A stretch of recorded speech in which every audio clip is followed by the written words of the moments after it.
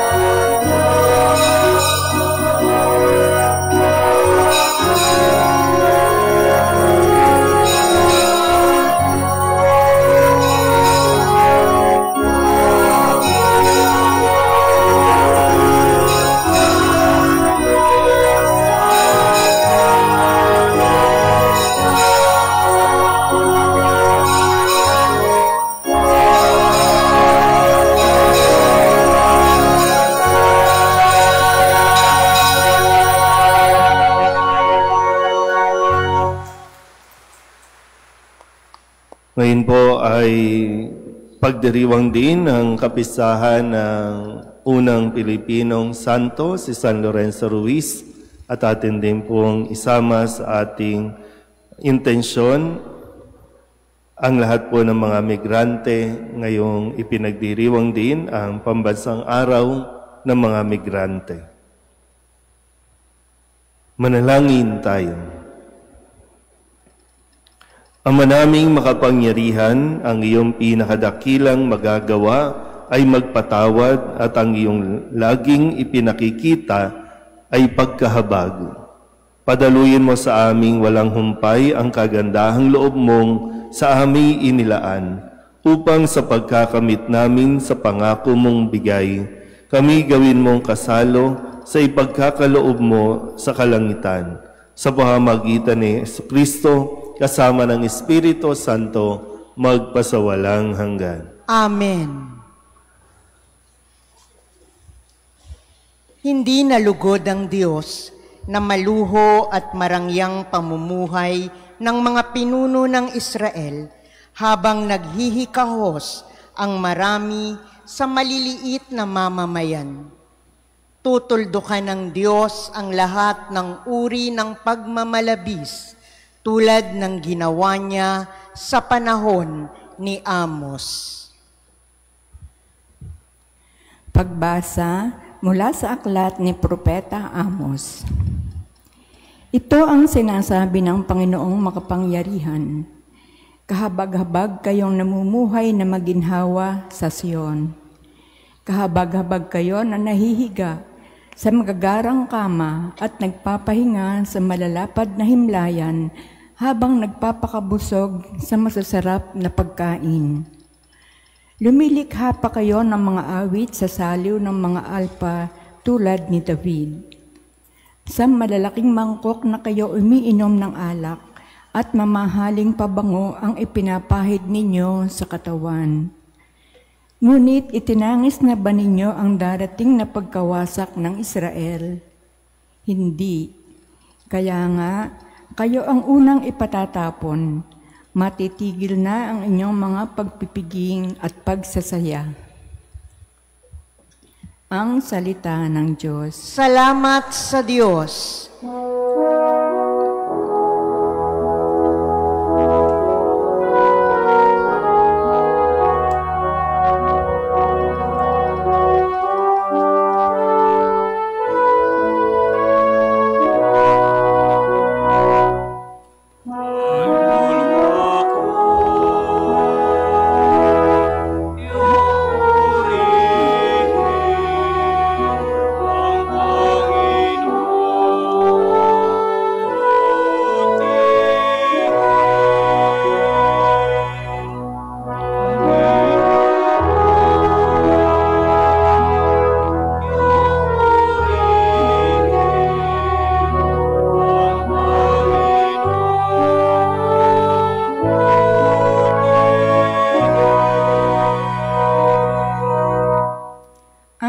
Inaasahang lagi, Panginoon, panig sa naaapi, ang Diyos na hukom. May pagkaing handa sa nang nagugutom.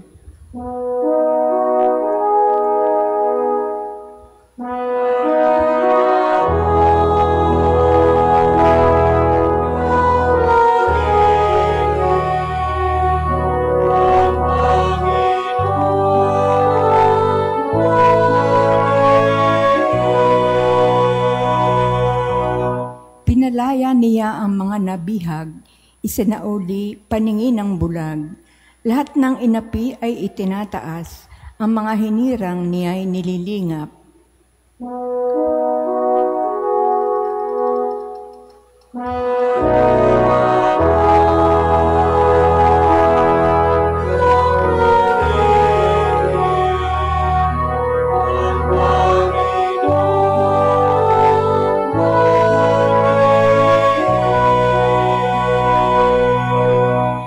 Isinasanggalang ang mga dayuhang sa lupain nila'y doon tumatahan. Tumutulong siya sa balot ulila, masamang balangkas, pinipigil niya.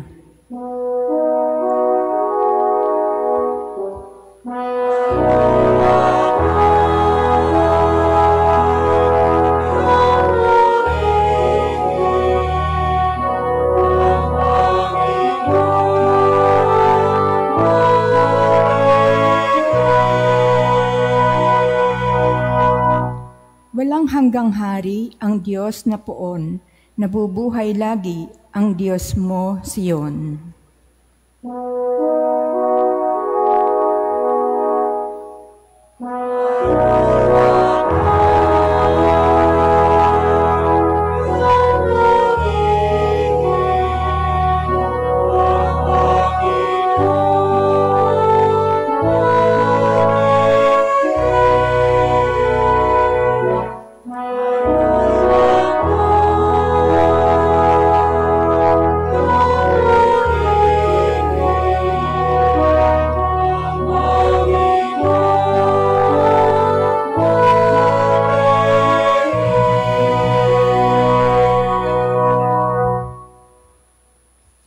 Iniuutos ni Pablo kay Timoteo na manatiling tapat sa pananampalataya hanggang sa pagdating ni Jesus, ang makapangyarihang Hari ng mga hari at Panginoon ng mga Panginoon. Pagbasa mula sa unang sulat ni Apostol San Pablo kay Timoteo.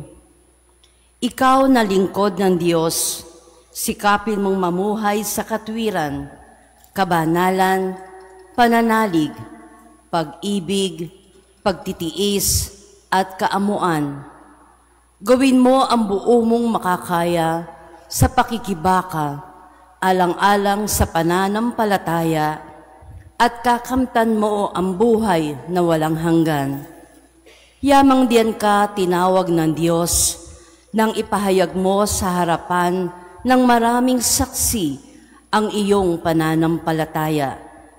Sa ngalan ng Diyos na nagbibigay buhay sa lahat ng bagay, at sa ngalan ni Kristo Jesus na nagpatotoo sa harapan ni Poncio Pilato, iniutos ko sa iyo ang mga tagubiling ito'y panatilihin mong mabisa at walang kapintasan hanggang sa pagdating ng Panginoong Hesukristo. Sa takdang panahon, siya ihahayag ng papagpalang Diyos, ang makapangyarihang Hari ng mga hari at Panginoon ng mga Panginoon. Siya lamang ang walang kamatayan, ang nananahan sa liwanag na di matititigan. Hindi siya nakita o makikita ninuman. Sa Kanya ang karangalan at ang walang hanggang kapangyarihan. Amen. Ang salita ng Diyos. Salamat sa Diyos. Tatayo na po ang lahat.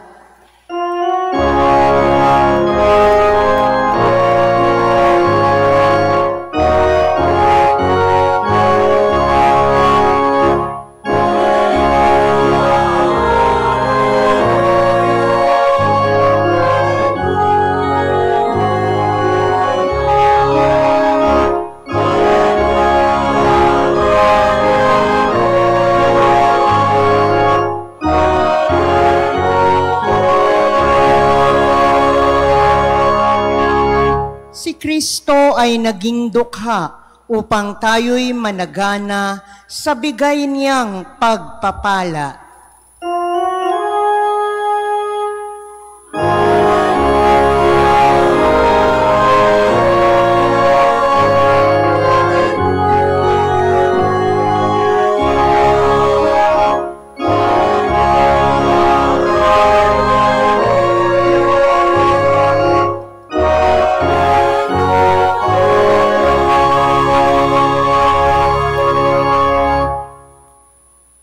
Sumainyo ang Panginoon. At sumaiyo rin. Ang mabuting balita ng Panginoon ayon kay San Lucas. Papuri sa iyo, Panginoon.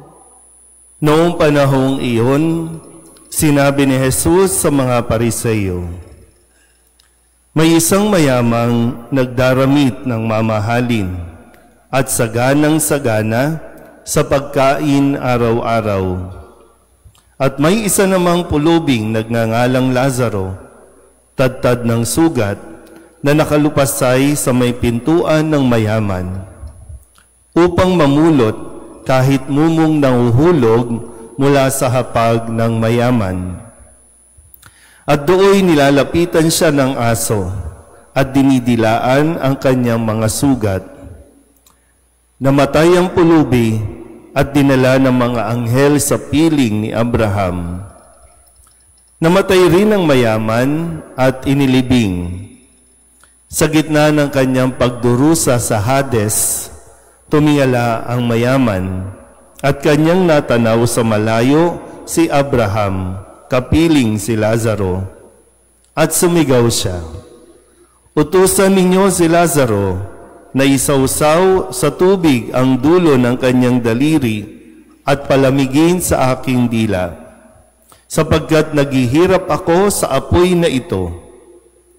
Ngunit sinabi sa kanya ni Abraham, "Anak, alalahanin mong nagpasasa ka sa buhay sa ibabaw ng lupa, at si Lazaro namay nagtiis ng kahirapan. Ngunit ngayon, inaaliw siya rito, samantalang ikaw naman inagdurusa. Higit sa lahat, inilagay sa pagitan natin ng isang malaking bangin upang ang mga narini ay hindi makaparian, at ang mga nariyan ay hindi makaparini." At sinabi ng mayaman, "Kung gayon po, Amang Abraham, ipinamamanhik ko sa inyong papuntahin si Lazaro sa bahay ng aking ama, sapagkat ako'y may 5 kapatid na lalaki. Paparoonin nga ninyo siya upang babalaan sila, at nang hindi sila humantong sa dakong ito ng pagdurusa." Ngunit sinabi sa kanya ni Abraham, "Nasa kanila ang mga sinulat ni Moises at ng mga propeta. Pakinggan nila ang mga iyon." "Hindi po sapat ang mga iyon," tugon niya. "Ngunit kung pumunta sa kanila ang isang patay na muling nabuhay, tatalikdan nila ang kanilang mga kasalanan." Sinabi sa kanya ni Abraham, "Kung ayaw nilang pakinggan ang sinulat ni Moises at ng mga propeta, hindi rin nila paniniwalaan kahit ang isang patay na muling nabuhay." Ang mabuting balita ng Panginoon. Pinupuri ka namin, Panginoong Hesukristo. Isang magandang umaga po sa inyong lahat. Ngayon po ay nasa ika-26 na linggo tayo ng karaniwang panahon, at kasabay po nito ang pagdiriwang ng pambansang araw ng mga migrante, ang mga nag-a-abroad para magtrabaho, manirahan sa ibang bansa para sa isang mas magandang buhay, no? Dahil sabi nila, wala pong opportunity dito sa ating bansa dahil walang trabaho, o kung may trabaho man, maliit ang sweldo. Magkaiba pa ang sweldo ng nasa Manila at nasa probinsya, pero mas mahal naman ang pagkain sa probinsya. Ganyan po, kaya maraming tao, maraming Pilipino, maraming pamilya ang nagkakawatak-watak dahil sa kanila pong paglipat o pagpunta sa ibang bansa. At gayon din, ating pinagdiriwang at ginugunita ang kapistahan ni San Lorenzo Ruiz ngayong September 28. Kamusta po? Updated ba kayo? O ayaw nyo na lang? Kasi parang circus, scripted, parang naglolokohan lang tayo sa mga hearing, no, na atin pong napapanood. Pero maganda rin naman, maging aware talaga tayo. At sana mamulat talaga tayo sa nangyayari sa atin pong gobyerno, sa ating lipunan. Kaya maganda po na sana maiparating natin. Di ko kasi alam kung nakakapagsimba pa ba ang mga nasa hearing? Yung nagtatanong at tinatanong, nakakapagsimba pa kaya? Kasi parang sunod-sunod na sa bawat misa natin tuwing linggo, ang mga pagbasa, angkop na angkop sa nangyayari sa ating lipunan ngayon. Tinan niyo po, sabi dito, marami ang nagpapasasa sa kanilang pamumuhay. At ang nagpapasasa sa buhay na ito, sa impyerno mapupunta. Kung may gumamit si Kristo ng talinghaga o kwento para ipaunawa sa atin kung ano ang kahihinatnan natin kung hindi tayo makikinig sa kanyang mga salita o sa kanyang mga pangaral. Dalawang katauhan, isang mayaman at isang pulubi. Yung mayaman nang mamatay, napunta sa impyerno. Yung pulubi, nung mamatay, napunta doon sa langit. Saan kaya tayo? Taas ang kamay ng mayayaman dito. Wala na. Wala nang mayaman. Pero alam nyo, tutusin, hindi talaga natin masabi din yung yaman natin. Kasi kahit mayaman na, ang tingin natin, kulang pa rin. Kahit mayaman na, hindi tayo nakukontento. Kahit mayaman na, hindi tayo nabubusog. Kasalanan bang maging mayaman? Kasalanan bang yumaman? Hindi. At tandaan nyo, hindi dahil mayaman siya, kaya siya napunta sa impyerno. Ang sabi po sa Ebanghelyo, kaya siya napunta sa impyerno kasi nga nagpasasa sa buhay sa ibabaw ng lupa. Yun ang kanyang ikinadahilan para mapunta siya sa impyerno. Hindi dahil sa mayaman. Kaya nga, nagdarasal tayo, Lord, sana po, yumaman kami, Lord, tulungan niyo kami, sana maklose namin yung deal, sana maging contractor kami para yumaman kami. Diba? Hindi masamang maging mayaman. Pero kapag mayaman na tayo, ano ang nangyayari sa atin? Bakit tayo nababago? Bakit yung ugali natin, yung mayaman nga tayo, pero nagiging makasarili naman tayo? Yung pulubi, si Lazaro, hindi siya napunta sa langit dahil siya ay mahirap. Kasi walang gustong dito sa atin, wala sino man sa atin gustong maging mahirap. At mahirap yung namamalimos ka, mahirap yung pulubi ka, mahirap yung pila ka ng pila sa akap, na para kang nagmamakaawa, bigyan nyo kami ng libreng gamot, bigyan nyo kami ng pampaospital, bigyan nyo kami ng libreng bigas. Kahit nga bigas, di ba? Pinaglalaban pa natin. Hindi rin kasalanan yung buhay ni Lazaro. Ang kasalanan, sabi nga po, bakit siya napunta sa langit? Dahil siya ay nagtiis sa buhay sa mundong ito. At ano yung pagtitiis? Hindi siya nagnakaw. Hindi niya ninakawan yung mayaman. Hindi siya nandaya. Hindi siya nag-ghost project. Nagtiis. Pag sinabi nagtiis, kung ano ang buhay na mayroon tayo, okay lang. Kung paano ang sabi sa sulat ni San Pablo kay Timoteo, di ba? Ang sabi po dito, panatilihin mong mamuhay sa katwiran, sa kabanalan, pananalig, pag-ibig at pagtitiis. Dahil nagtiis sa mundong ito, ngayon ginhawa ang kanyang nararanasan doon sa piling na Abraham sa langit. At dahil yung mayaman, naging makasarili, maraming pagkakataon na siya ay makatulong sa kapwa, pero hindi niya ginawa. Maraming tao na habang binabagyo ang iba't ibang bahagi ng bansa natin, habang binabaha ang napakaraming lugar sa atin, yung iba na mayayaman, kumakain at gumagastos ng libo-libo sa isang upuan lang sa isang restaurant. Diba? Ito ang nangyayari. Pero sabi nga, no, ibinibigay ito hindi para i-judge ang sino man sa atin. Ibinibigay ang kwentong ito para matuto tayo, mapaalalahanan tayo. Kasi mahirap magsisi sa huli. Magsisi ka man, huli na.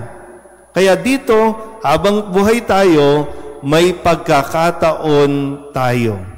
Yan ang binibigay ng Diyos sa atin. Hindi yung dito pa lang hinuhusga, ay ito sa impyerno mapupunta yan. Yung mga nagnakaw, sa impyerno mapupunta yan. Hindi ganoon ang Panginoon. Kaya nga, no, sana ma-realize ng bawat isa sa atin na maitama natin yung ating pagkakamali.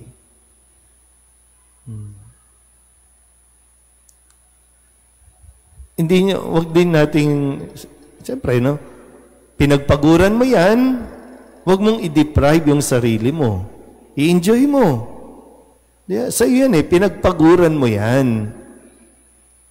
Pero kung ninakaw mo yan, medyo mahiya ka naman na mamuhay sa karangyaan. Yung lifestyle. Kasi isang araw tutuldukan tayo ng Diyos. Yan, di ba sabi sa unang pagbasa sa aklat ni Propeta Amos, kahabag-habag kayong mga namumuhay na maginhawa sa Sion. Kahabag-habag kayo na nahihiga sa mga magagarang kama at nagpapahinga sa malalapad na himlayan. Nagpapakabusog sa masasarap na pagkain. Tutuldukan din tayo ng Panginoon.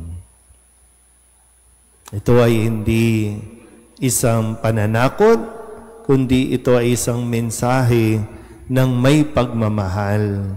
Dahil ayaw ng Diyos na tayo po ay mapahamak. Kaya sikapin natin, habang nagdarasal tayo sa Panginoon, na umahon ang ating buhay, umasenso ang ating buhay, sikapin din natin na manatili tayong nagtataglay ng mga kabutihang asal. Amen?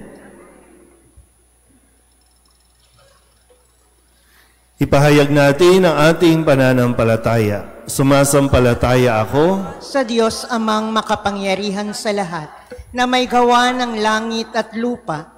Sumasampalataya ako kay Hesukristo, iisang anak ng Diyos, Panginoon nating lahat. Nagkatawang tao siya, lalang ng Espiritu Santo, ipinanganak ni Santa Mariang Birhen, pinagpakasakit ni Poncio Pilato, ipinako sa krus, namatay, nilibing, nanaog sa kinaroroonan ng mga yumao, na may katlong araw, nabuhay na mag-uli, umakyat sa langit, naluluklok sa kanan ng Diyos amang makapangyarihan sa lahat. Doon magmumulang paririto at huhukom sa nangabubuhay at nangamatay na tao. Sumasampalataya naman ako sa Diyos Espiritu Santo, sa banal na simbahang katolika, sa kasamahan ng mga banal, sa kapatawaran ng mga kasalanan, sa pagkabuhay na muli ng nangamatay na tao, at sa buhay na walang hanggan. Amen. Ating idulog ngayon sa Panginoon ang ating mga panalangin at mga kahilingan. Ang ating pong itutugon, Ama, tulungan mo kaming lumago sa pag-ibig. Ama, tulungan mo kaming lumago sa pag-ibig. Mapagmahal naming Ama, buksan mo ang isip at puso naming iyong simbahan upang hindi kami magbulag-bulagan sa mga pangangailangan ng aming mga kapatid na nakararanas ng diskriminasyon at pambubusabos. Manalangin tayo. Ama, tulungan mo kaming lumago sa pag-ibig. Mapagmahal naming Ama, Liwanagan mo ang puso, isip at kalooban ng aming mga lingkod bayan upang ang lahat ng kanilang pagpapasya at pagkilos ay tuwinang nakatuon sa papuri at pagtataguyod ng iyong kabanal-banalang pangalan. Manalangin tayo. Ama, tulungan mo kaming lumago sa pag-ibig. Mapagmahal naming Ama, ingatan at gabayan mo ang mga kapatid naming mandaragat. Itaguyod at panatilihin mo ang kanilang mga pamilya habang sila'y malayo sa kanila. Manalangin tayo. Ama, tulungan mo kaming lumago sa pag-ibig. Mapagmahal naming Ama, yakapin mo ang aming mga kapatid na kasalukuyang nahihirapan sa kanilang mental health. Naway makatagpo sila ng ginhawa at pag-asa sa iyo sa pamamagitan ng mga taong nakapaligid sa kanila. Manalangin tayo. Ama, tulungan mo kaming lumago sa pag-ibig. Mapagmahal naming Ama, tanggapin mo ang aming mga yumaong mahal sa buhay sa kadalisayan ng iyong walang hanggang paghahari. Manalangin tayo. Ama, tulungan mo kaming lumago sa pag-ibig. Upang bilang mga binhi ng kapayapaan at pag-asa, buksan natin ang ating puso at isipan sa pag-aaral, pag-unawa at pagsabuhay sa mga mensahe at layunin ng Laudato Si. Manalangin tayo. Ama, tulungan mo kaming lumago sa pag-ibig. Sa ilang sandali ng katahimikan, itaas natin sa Diyos ang ating mga pansariling kahilingan, gayon din ang mga pangangailangan ng ating pamayanan.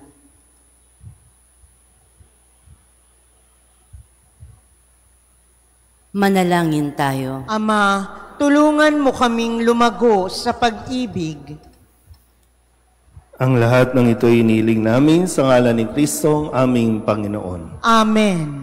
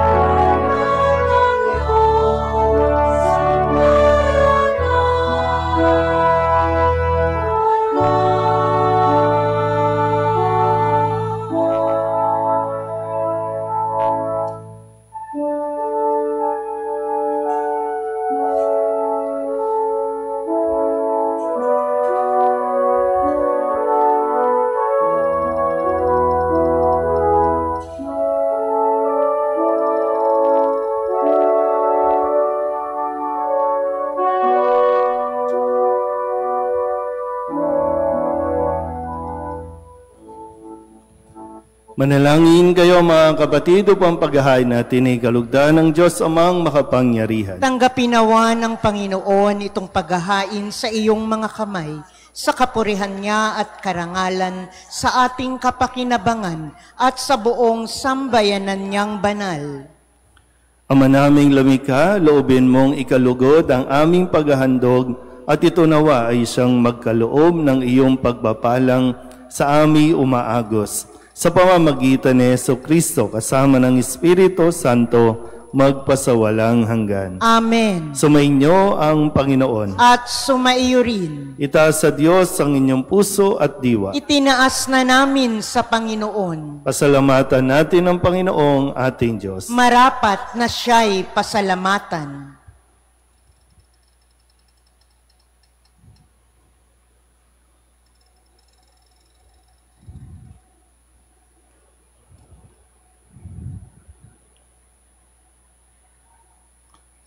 Ama naming makapangyarihan, tunay ngang marapat na ikaw ay aming pasalamatan. Nasa iyo ang aming buhay, pagkilos at pag-iral. Sa pamumuhay namin araw-araw, tinatamasa namin ang iyong pagmamahal. Sa pag-ibig mong ipinunla sa sangkatauhan, ang Espiritu Santo ay unang aning bigay ng anak mong naglagak sa amin ng katiyakang nakalaang mabuhay kami sa piling mo kailanman. Kaya kaysa ng mga anghel na nagsisiawit ng papuri sa iyo nang walang humpay sa kalangitan, kami nagbubunyi sa iyong kadakilaan.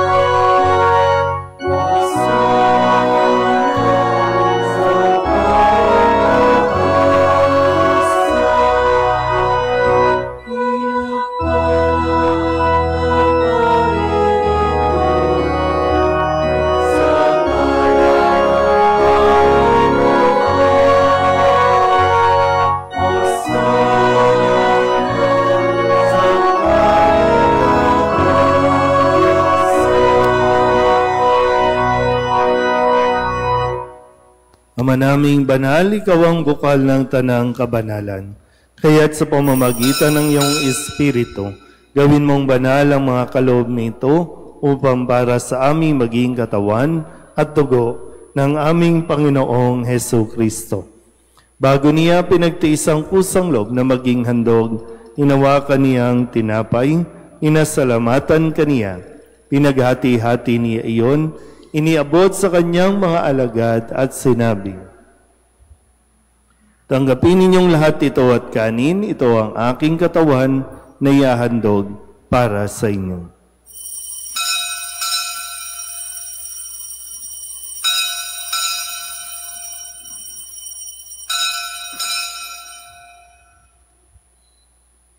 Gayun din naman nung matapos ang hapunan, nawakan niya ang kalis, muli kaniyang pinasalamatan.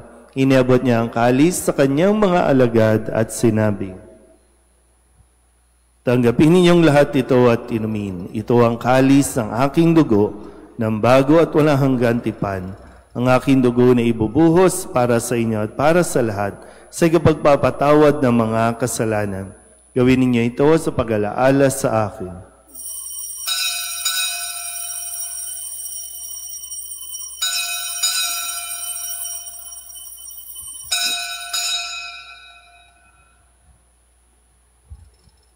Ipagbunyi natin ang misteryo ng pananampalataya.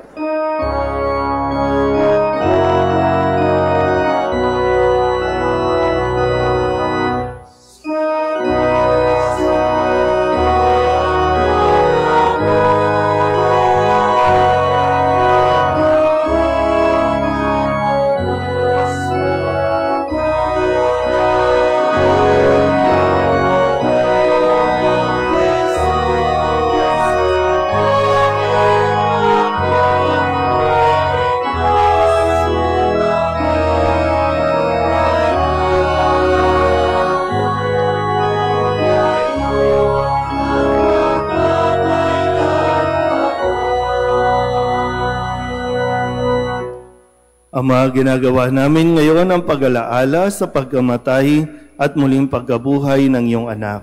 Kaya tiniaalay namin sa iyo ang tinapay na bibigay buhay at ang kalis na nagkakaloob ng kaligtasan.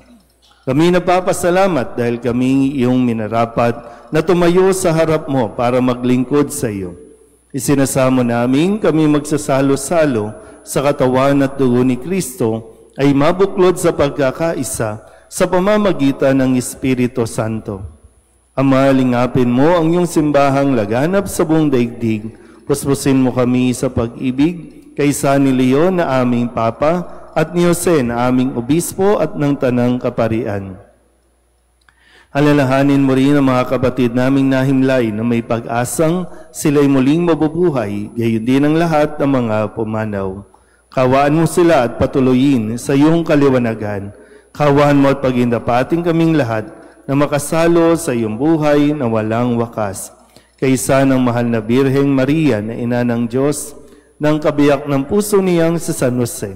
Kaysa ng mga apostol ni San Lorenzo Ruiz at ng lahat ng mga banal na namuhay dito sa daigdig na kalugod-lugod sa iyo, may pagdiwang nawa namin ang pagpupuri sa ikararangal mo sa pamamagitan ng iyong anak na aming Panginoong Heso Kristo. Sa pamamagitan ni Kristo, kasama niya at sa Kanya, ang lahat ng parangal at papuri ay sa iyo, Diyos Amang makapangyarihan, kasama ng Espiritu Santo, magpasawalang hanggan.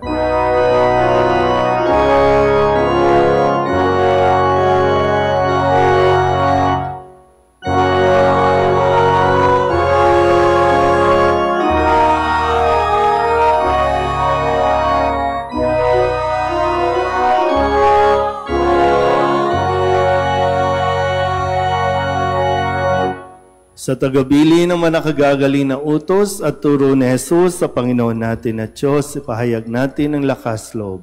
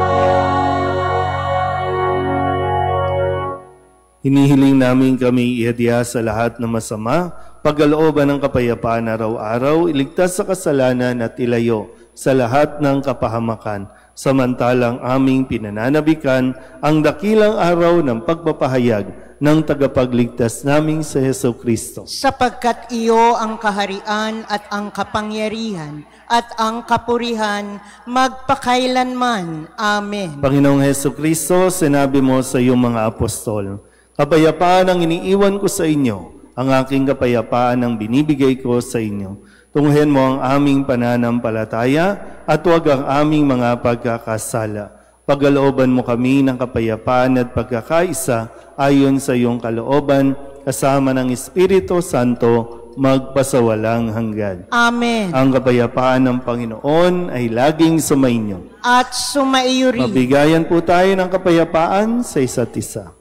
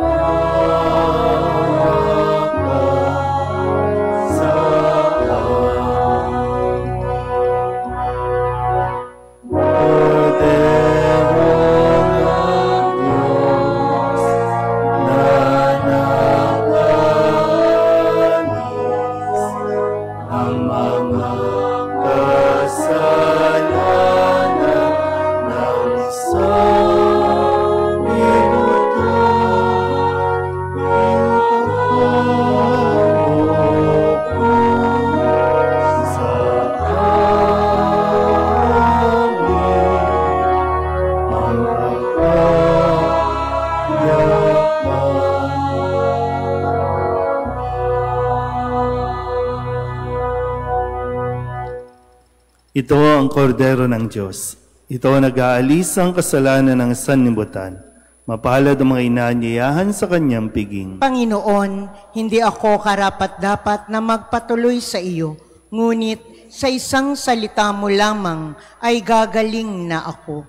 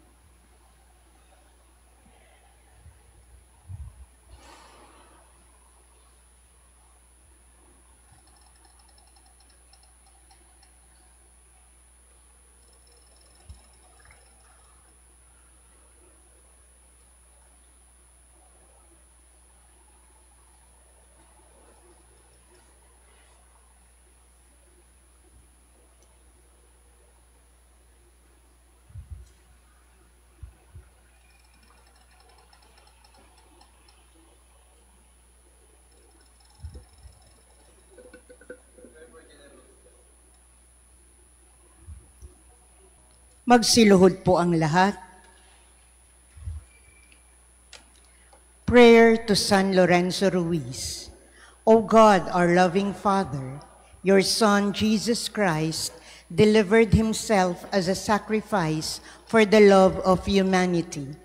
Inspire us to love you with all our heart, even to the point of sacrifice. Your providential hand led your servants, Saint Lorenzo Ruiz and companions, to the land of Japan and imitated the sacrifice of Christ. They proclaimed the gospel of truth and the message of salvation. We humbly beseech you, through the intercession of these holy martyrs, that we be given the grace of remaining faithful to you always, as they did, that the light of the gospel may illumine all corners of our Christian motherland and of all countries, near and far, for your greater honor and glory and our sanctification. We ask you this through Christ our Lord. Amen. Saint Lorenzo Ruiz and companions, pray for us. Tatayo na po ang lahat. Manalangin tayo. Ama naming mapagmahal, ang aming banal na pakikinabang ay magdulot nawa ng kagalingan sa aming katauhan upang kami makatambal sa kaluwalhatian ng aming nilalahukan sa tiniis na kamatayan na amin ngayong ipinahayag sa ginanap na pagdiriwang sa pamagitan ni Jesucristo kasama ng Espiritu Santo magpasawalang hanggan. Amen. Magsiupo po ang lahat para sa ilang pamparokyang pabatid. Una, ang Oktubre ay buwan ng Santo Rosario. Inaanyayahan ng lahat na sama-samang dasalin ang Santo Rosario bilang isang pamilya. The family that prays together stays together. Ikalawa, ang Catholic Youth Movement o CYM ay magkakaroon ng Spiritual Formation Seminar. Ito ay para sa mga kabataang may edad 16 hanggang 25. Layunin ng seminar na ito ang matulungan ang ating mga kabataan na mahubog ang kanilang pananampalataya upang magkaroon ng mabuting ugnayan sa ating Panginoon. Ang mga petsa ng seminar ay sa October 10 to 12 para sa mga babae at October 24 to 26 sa taong kasalukuyan para sa mga lalaki. Sa mga interesado, magtungo lamang sa CYM booth na matatagpuan sa patio ng ating simbahan. Ikatlo, halina at manalangin sa orihinal na imahe ni San Jose. Ang pahalik ay bukas tuwing Sabado at Linggo sa mga oras na nakapaskil sa likod ng simbahan. Ikaapat, sa October 30, 2025, ang parokya ay magkakaroon ng isang benefit concert for our church organ na pinamagatang Magnificat, mga himig ng pag-asa sa puso ni Maria sa pamumuno ng Ministry on Music in the Liturgy. Antabayanan ang mga detalye ng programa sa mga susunod na pabatid o sa ating parish Facebook page. Panghuli, ang lahat ay inaanyayahan na dumalo sa buwanang parish formation na gaganapin sa ika-4 ng Oktubre, Sabado, ng taong kasalukuyan sa ganap na ika-7:30 ng gabi. Ang guest speaker ay si Reverendo Padre Jason Gonzales, OP. Ito po ay gaganapin sa loob ng simbahan. Maraming salamat po. Tatayo na po ang lahat. Bukas po, kung wala kayong gagawin, 6:30 p.m. ang misa para sa misang pasasalamat sa akin pong ika-13 o 13th year sacerdotal anniversary. Bukas po yan, September 29, 6:30 p.m. po ang misa. Sana po makadalo kayo at sama-sama tayong magpasalamat sa Panginoon sa biyaya ng pagkapari. Sumainyo ang Panginoon at sumaiyo rin. at pagpalain kayo ng makapangyarihang Diyos, Ama at Anak at Espiritu Santo. Amen. Tapos ang banal na misa, humayo tayo sa kapayapaan ni Kristo. Salamat sa Diyos. Magandang umaga po.